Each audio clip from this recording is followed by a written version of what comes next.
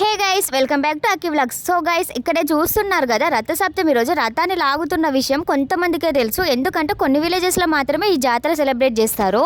మా అక్క నేను గుడి లోపలికి వచ్చి దర్శనం అయితే చేసుకున్నాం. దర్శనం అయితే చాలా మంచిగా అయింది, నాకైతే మంచిగా అనిపించింది.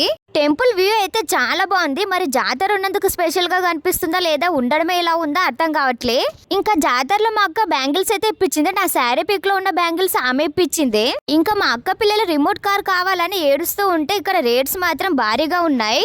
ప్రైజెస్ గురించి మనకెందుకు, పిల్లల సంతోషం కంటే ఎక్కువ నాని కార్ ఇప్పిస్తే అవి నెక్స్ట్ డేనే ఖరాబ్ అయినాయి. ఇక్కడేమో మంచిగా వర్క్ అవుతున్నాయని చూపిస్తున్నారు, తీసుకొని కూడా వేస్ట్ అయింది.